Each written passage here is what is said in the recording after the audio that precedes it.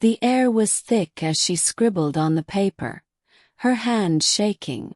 "I have committed a great sin," she wrote, "and I don't know if God or my family will forgive me. I have betrayed my children, my family, and myself." She closed her eyes, sighing heavily, the memory of her past flooding her mind with painful clarity. She knew that when her story reached those who deserved the truth, there would be no redemption.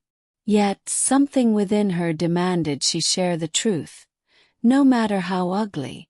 Growing up, she had struggled with school, not out of disinterest but a weariness with the life she knew.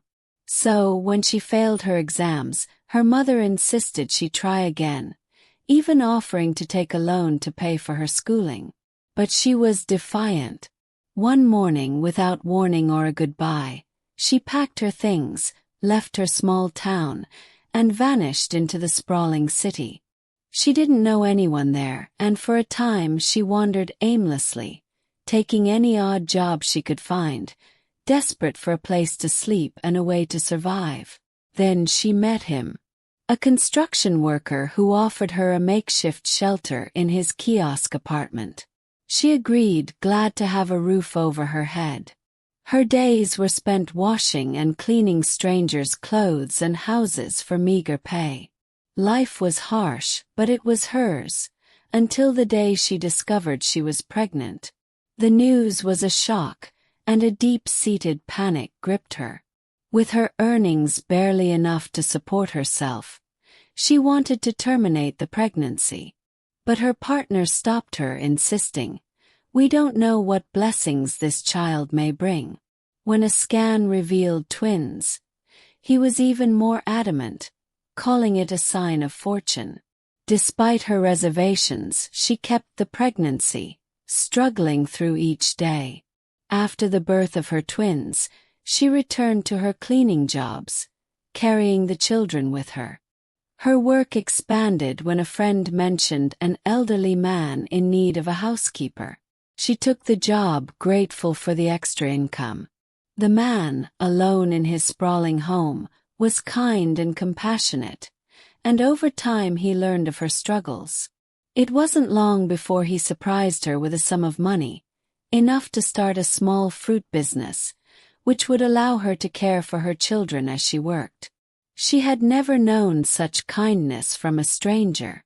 That night, she shared the news with her partner. She had expected him to be grateful, but instead, suspicion darkened his expression. He questioned her endlessly, wondering if something more was happening between her and the elderly man. Despite her reassurances, his distrust grew, and his attitude turned cold. Night after night, he pressed her with new questions, insinuating things that weren't true.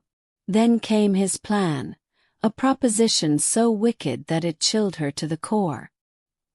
He wanted her to frame the old man, to accuse him of inappropriate behavior, so they could extract more money from him. The old man, he reasoned, was rich and lonely, his children far away and his wife dead. "He's old, he has no one, and he's given you money already," her partner said coldly. "A little more won't hurt him. Besides, if you don't do this, we'll be forced out of this shack, and you and those children will have nowhere to go." She refused at first, repelled by the thought. But as days went by, his rejection, his anger, and her fear of abandonment eroded her resistance. Her heart grew heavy with dread as the plan took shape, and eventually, against her better judgment, she agreed. She felt trapped, as if each day brought her closer to a shadow from which she couldn't escape. On the fateful day, she left the gate open for her partner as they had planned. She waited until the old man was alone, slipping into his room and removing her top. When he returned from the bathroom, he was shocked, recoiling in disbelief. "What are you doing? You're like a daughter to me," he said, horrified.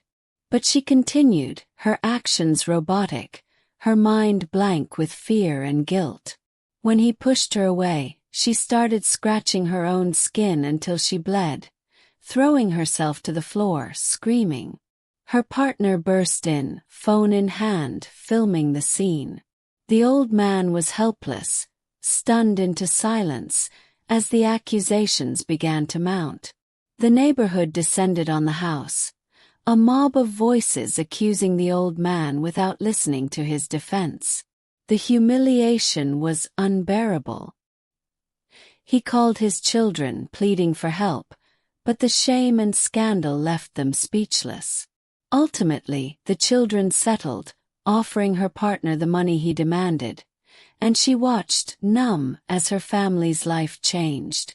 They moved out of the kiosk, enrolled the children in school, and started new ventures. But soon, whispers began reaching her. The old man's health had deteriorated. He was now confined to his home, haunted by the disgrace.